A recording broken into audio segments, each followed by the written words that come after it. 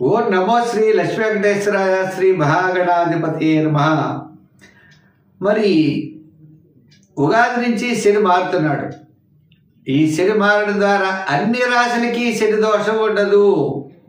చాలామంది అనుకుంటూ ఉంటారు శని మారిపోయాడు బాబోయ్ అని చాలా భయపడిపోతూ ఉంటారు. కానీ శని మారడం వల్ల అన్ని రాశులకి శని దోషం లేదు, ఏలాంటి శని దోషం లేదు. మరి ఏ రాశులకి శని దోషం ఉన్నది అంటే ముఖ్యంగా కొత్తగా ఇప్పుడు మనకి మకర రాశి వారిని వదిలిపెట్టి మేషరాశి వారికి ప్రారంభమవుతోంది. అంటే కుంభరాశి వారికి వ్యయంలో శని, మీనరాశి వారికి జన్మంలో శని, మరి అంటే కుంభరాశి వారికి ద్వితీయ శని, మీనరాశి వారికి జన్మంలో శని, మేషరాశి వారికి వ్యయంలో శని.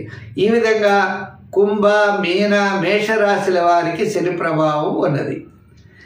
ఇంకా మరి అర్ధాష్టమ శని, అష్టమ శని ఎవరికి ప్రారంభమైంది అంటే సింహరాశి వారికి అష్టమ శని ప్రారంభమైంది.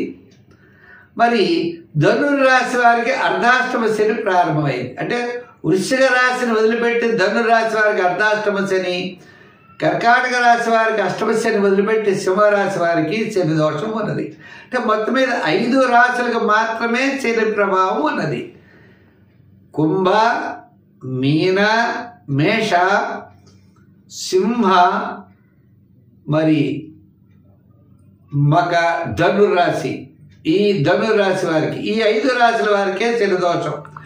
వీరేం చెయ్యాలి? శని ప్రభావం ఉండడం వల్ల పనులు ఆలస్యం అవుతాయి, చికాకులు ఉంటాయి, ప్రతి పని కూడా శ్రమతో ఉంటుంది. కాబట్టి శనివార నియమం పాటించాలి, శని స్తోత్రాన్ని రోజు పఠించాలి. ఓం శం శనై చరాయ నమః అని శని మంత్రాన్ని పఠించాలి. ఇంకా 3వ విషయం, దానాల్లో నువ్వులు దానం చేయాలి. మరి వారాల్లో శనివారం పాటించాలను.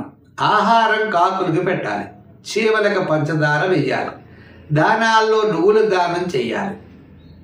శనివారం నాడు చిమిని తయారు చేసి కాకులకి చీమలకి ఆహారం పెట్టాలి. ఏదైనా న్యాయ మార్గంలో పెడితే ఇబ్బందులు ఉండవు. తప్పుడు మార్గంలో రాంగ్ రూట్స్లో వెళ్ళినట్లయితే రిజల్ట్ కూడా వ్యతిరేకంగా వస్తాయి. అదే గుర్తు. అది ఉద్యోగమైనా, వ్యాపారమైనా, వృత్తులైనా నిక్కర్చగా ఉంటే శని భగవానుడు సంతోషించి మంచి ఫలితాలను ఇస్తాడు. మనం వక్ర మార్గంలో ఉంటే మనకి ఇబ్బందులు మనం కొని తెచ్చుకునే వాళ్ళం అవుతాం.